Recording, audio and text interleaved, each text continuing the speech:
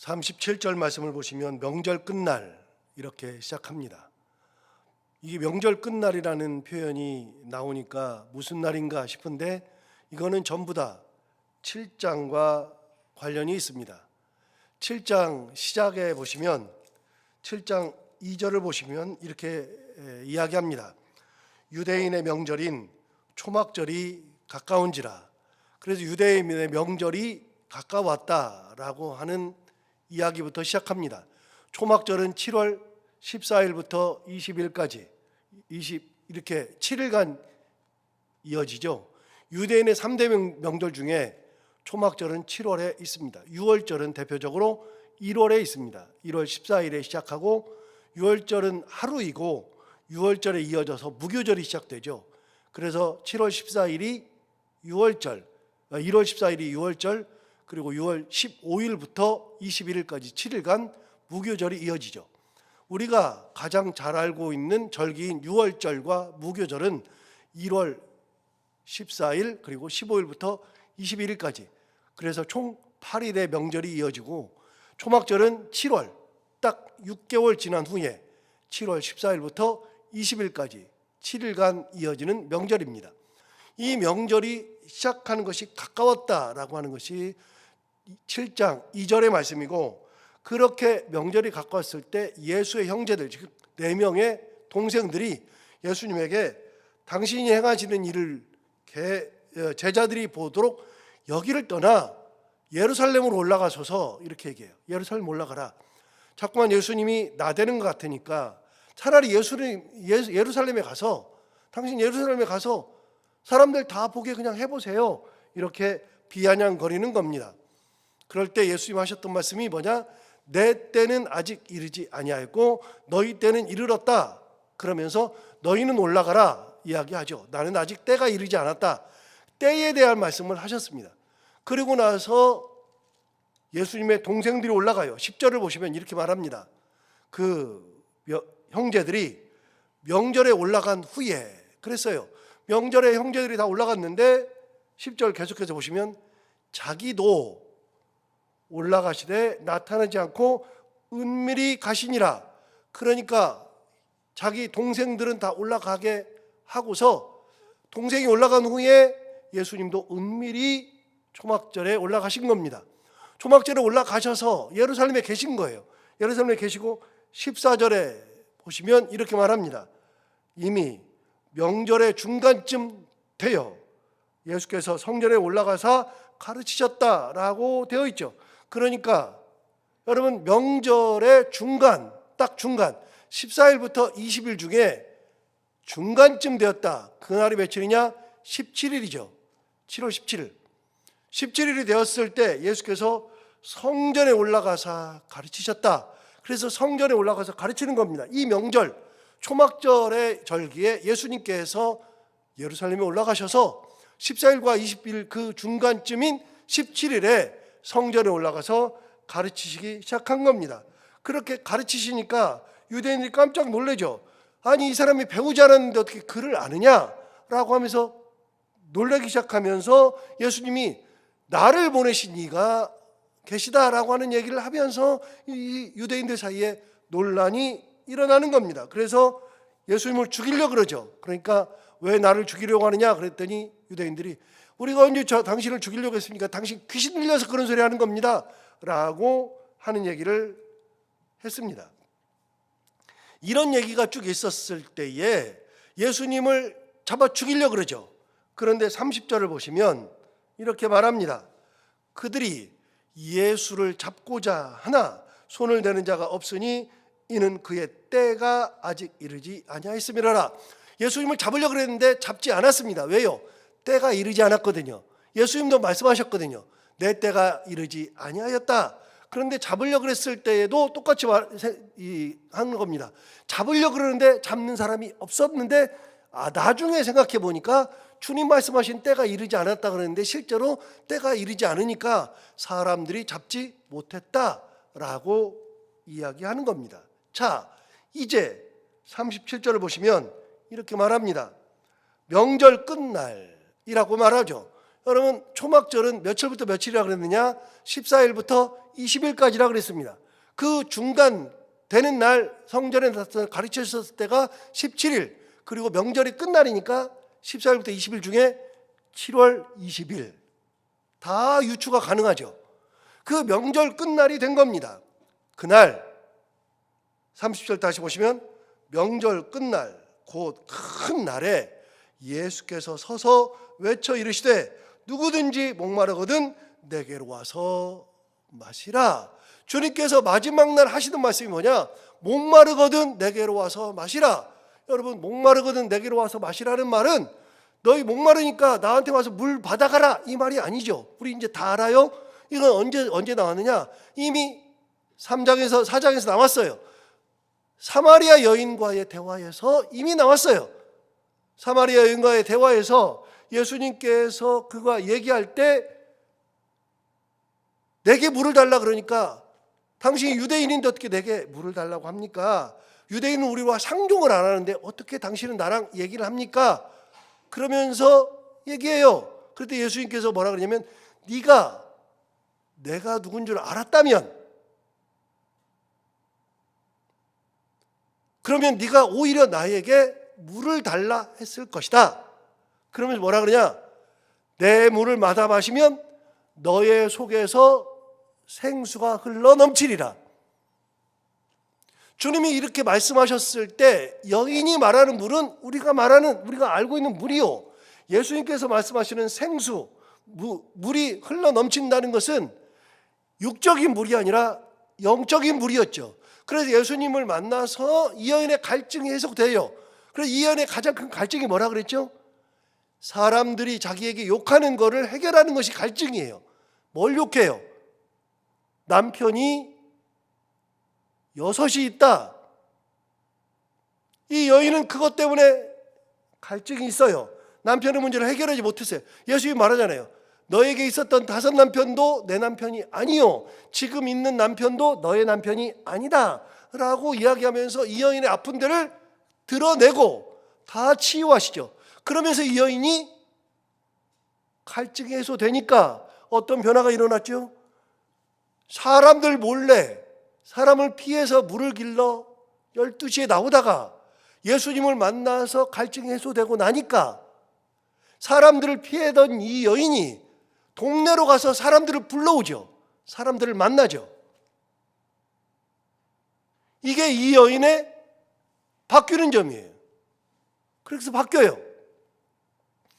물을 길러 나왔는데 물동이를 버려두고 동네로 가서 사람들을 만나죠.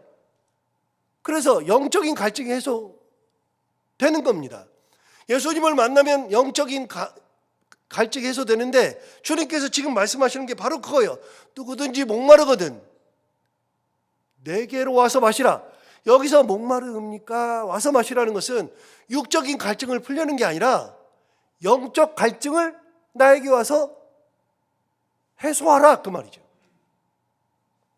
여러분 예수님은 우리의 영적 갈증을 해소시키는 분이에요. 어떤 영적 갈증이냐? 당대로부터 지금까지 하나님을 떠난 인간이 하나님 떠나면서부터 하나님과 분리됐잖아요. 에덴 동산에서 쫓겨나면서 하나님과 분리되었고 우리는 구원받지 못하는 존재인데 주님 앞에 갔을 때 주님의 은혜로 우리의 영적으로 하나님과 분리된 것이 이어지게 되죠. 이게 갈증의 해소. 그래서 우리가 구원받은 존재가 되는 것은 예수 그리스도의 은혜로 되는 거예요. 실제로 우리가 세상을 살아가면서 세상 것에 의해서 갈증이 있을 때 그 갈증을 풀어주시는 분은 예수 그리스도죠. 그래서 예수님께서 성전에서 내게로 와서 마시라 라고 이야기하시는 겁니다. 갈증이 있으면 내게로 와라. 이 말씀은 이사야 55장 1절에서도 비슷한 게 나옵니다. 시간이 갔으니까 제가 그냥 이사야 55장 1절을 읽어드리면 이렇게 하나님 이사야가 외칩니다. 오라 너희 목마른 자들아 내게 물로 나아오라. 돈 없는 자도 오라. 너희는 와서 사 먹되 돈 없이 값 없이 와서 포도주와 젖을 사라. 하나님이 말씀하시기를 뭐라 그러냐면 너희 목마른 자들아 물로 나오라. 돈 없는 자도 와라. 그러니까 돈 없는 자가 나와서 사 먹어라. 여러분, 사 먹는 거는 돈이 있어야 사 먹잖아요. 그런데 사 먹기는 사 먹는데 네가 지불하기는 지불하는데 돈 없이 값 없이 포도주와 젖을 사라. 여러분, 돈이 있어야 사 먹는 건데 돈 없이도 값 없이도 공짜로 사 먹어라. 말이 안 되는 것 같은데 하나님은 우리에게 사 먹으라고 하는 거예요. 사 먹는데 분명히 돈을 내는 것 같은데 공짜로 돈을 내고 사 먹는 거예요. 포도주와 젖을 사죠. 목마른 자들은 나오죠. 이거는 구약시대에도 말씀하신 거예요. 구약이든 신약이든 목마른 자, 갈증 있는 자는 다 하나님 앞에 나오고 예수 그리스도 앞에 나올 때 갈증이 해소되는 거죠. 주님이 명절 마지막 날에 외치는 게 뭐냐? 갈증이 있는 사람, 목마른 자는 내게 나아오라. 내게로 와서 마시라. 이 말씀하신 거죠. 그게 예수님의 정체성이에요. 예수님의 정체성은 목마른 자들은 얼마든지 나오라. 영적 갈증을 느끼는 자들은 얼마든지 나오라. 이게 예수 그리스도의 정체성이죠. 자, 38절 보시면 이렇게 말합니다. 나를 믿는 자는 성경에 이른 것 같이 그 배에서 생수의 강이 흘러나오리라. 이사야 12장 33절 말씀이에요. 그 배에서 생수의 강이 흘러나오리라. 즉 이 갈증을 해소하면 주님 앞에 이 물을 마시면 다시 또 마시고 또 마시고 하는 게 아니라 자기의 배에서 생수의 강이 흘러나와요. 계속해서 샘솟는 옹달샘과 같이 끊임없이 흘러나와요. 그러니까 더 이상 갈증을 느낄 필요가 없죠. 그래서 우리의 영적인 문제, 우리 삶의 문제는 주님 앞에 나아가서 해결하는 거예요. 주님 앞에 나아갈 때 해결이 되는 거예요. 그런데 사실은 생수의 강이 흘러나온다. 이 말을 하시는 것은 뭐냐면 39절에 답을 줘요. 이 말의 진짜 뜻이 뭐냐? 이는 그를 믿는 자들이 받을 성령을 가리키신 것이라. 여러분, 생수를 받아 마시는 거는, 내 안에 생수가 들어오는 거는 바로 성령께서 내 안에 들어오시는 거. 그런데 당시에는 성령이 없어요. 그들에게 성령이 없어요. 39절 다시 볼까요? 이렇게 말합니다. 이는 그를 믿는 자들이 받을 성령을 가리켜 말씀하신 것이라. 그러면서 가로 열고 예수께서 아직 영광을 받지 아니하셨으므로 성령이 아직 그들에게 계시지 아니하시더라. 아직 성령이 계시지 않아요. 그런데 진정한 생수, 우리에게 갈증을 해소하시는 진정한 생수는 성령을 말씀하시는 거예요. 그래서 성령이 우리 안에 찾아오실 때, 성령이 내 안에 거주하실 때, 그때야 비로소 우리의 삶의 갈증이 해소되는 거죠. 자, 이렇게 말씀하시니까 사람들의 논쟁이 있어요. 40절부터 43절까지 큰 논쟁이 있어요. 여러분 보세요. 40절 이렇게 말합니다. 이 말씀을 들은 무리 중에서 어떤 사람은 이 사람이 참으로 그 선지자다. 어떤 사람은 선지자라 그래요. 41절 어떤 사람은 그리스도라 해요. 또 41절 하반절 어떤 이들은 그리스도가 어찌 갈릴리에서 나오겠느냐라고 하죠. 여러분, 사람들 중에서는 선지자라고 하기도 하고 그리스도라고 하기도 하는데, 다른 사람은 뭐라 그러냐면, 야, 그리스도라 그러면 어떻게 그리스도가 갈릴리에서 나오겠느냐라고 얘기해줘. 그런데 42절 보세요. 왜 갈릴리에서 나오겠느냐라고 하는 사람들의 말이 있느냐. 42절에 성경에 이르기를 그리스도는 다윗의 씨로 또 다윗이 살던 마을 베들레헴에서 나오리라. 하지 아니하였느냐. 성경에 이 말이 나와요. 베들레헴에서 나온다. 이거는 구약 성경 요엘서에 나와요. 그러니까 베들레헴에서 나온다 그랬으니까 이렇게 갈릴리에서 어떻게 그리스도가 나오겠느냐라고 하는 말을 하는 사람은 성경을 잘 아는 사람이에요. 성경을 모르는 사람이 이런 소리를 하는 게 아니에요. 성경을 잘 아는 사람이 이런 말을 하는 거죠. 진짜 성경을 잘 아는 사람은 그리스도께서는 갈릴리에서 나올 수 없다라고 얘기해요. 베들레헴에서 나온다라고 얘기해요. 여러분, 이 말은 맞아요. 이 사람들은 아니까 그런 얘기를 하는 거지만 진짜는 모르니까 이런 얘기하는 거예요. 아는 것 같은데 모르니까. 여러분, 진짜가 뭐예요? 예수님은 베들레헴에서 태어났어요. 베들레헴에서 났잖아요. 다윗의 씨잖아요. 다윗의 씨로 베들레헴에서 태어났고 베들레헴에서 자라지 않았을 뿐이지 베들레헴에서 났어요. 그러니까 예수님의 태어남을 모르니까, 진짜를 모르니까 성경의 피상만 알고 이런 얘기를 할 수 있어요. 여러분, 모르면 그래요. 모르면 하나도 몰라요. 아는 것 같으나 모르면 이럴 수 있어요. 여러분, 야곱이 형을 피해서 도망갈 때 루스라고 하는 곳에 이르렀죠. 루스라는 곳에 이르렀을 때 피곤해가지고 잠을 자게 되었는데 돌을 가져다가 베개를 삼고 잠을 잤어요. 잠을 자는데 그때 잠을 잘 때 갑자기 하늘이 열리고 사닥다리가 있는데 천사들이 오르락 내리락 하고 사닥다리 맨 위에 하나님이 딱 계시죠. 그 하나님이 도망가던 야곱의 꿈에 나타나셔서 여러 가지 말씀을 하십니다. 중요한 말씀은 기본적으로 세 가지라 그랬잖아요. 세 가지 말씀을 하세요. 그 세 가지 말씀, 너의 씨가 많게 해주겠다. 여러분, 지금 당장 목숨 위험해서 형 피해서 도망가는데 네 씨가 많게 해주겠다. 그 말은 뭐예요? 너 안 죽는다. 네 씨를 내가 많게 해주겠다. 하나님의 약속이죠. 그러니까 지금 모르니까, 하나님의 뜻을 모르니까 어떻게 해요? 당장 막 살려고 그래요. 당장 막 도망가요. 여러분, 하나님의 뜻을 모르면 내가 급하고 내가 서둘러요. 막 도망가죠. 그런데 하나님의 뜻은요, 죽일 마음이 없어요. 야곱을 살려요. 야곱은 살아나요. 야곱은 그 씨가 많아질 거예요. 하나님의 뜻을 모르니까 나만 급해요. 두 번째, 이 땅으로 너를 돌아오게 하겠다. 이 땅을 너에게 주겠다. 당장 이 땅이 내 땅이 될 거라는 생각을 해본 적도 없어요.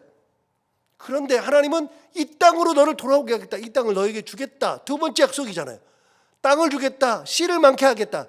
여러분, 그거를 모르면 서두른다니까요. 세 번째, 하나님 뭐라고 하냐면 내가 너와 함께 하겠다. 끝까지 너와 함께 하시고 하고 네가 가는 곳마다 내가 너와 함께 하고 내가 너를 이 땅으로 돌아오게 하겠다. 하나님께서 뭐라고 말씀하시냐면 내가 너와 함께 한대요. 그런데 야곱은 몰라요. 뭘 모르느냐? 내가 지금 막 도망가는데, 급해서 도망가는데 하나님이 나와 함께 하시는 것을 몰라요. 지금 나와 함께 하시는 것을 몰라요. 나는 나 혼자 도망간 것 같았어요. 그런데 알고 보니 하나님이 나와 함께 하셔요. 여러분, 알면 달라져요. 알면. 하나님의 섭리를 알면 달라지고 하나님의 뜻을 알면 달라져요. 그 꿈을 깨서 야곱이 이렇게 고백합니다. 하나님의 집이 여기 있었거늘, 하나님이 여기 계시거늘 내가 알지 못하였도다. 하나님이 여기 계시는데 몰랐다. 이곳은 바로 하나님의 집이로다. 알고 보니 하나님이 계셨어요. 깨닫고 보니 하나님의 은혜가 있었어요. 모르면 하나님이 나랑 안 계시는 것 같아.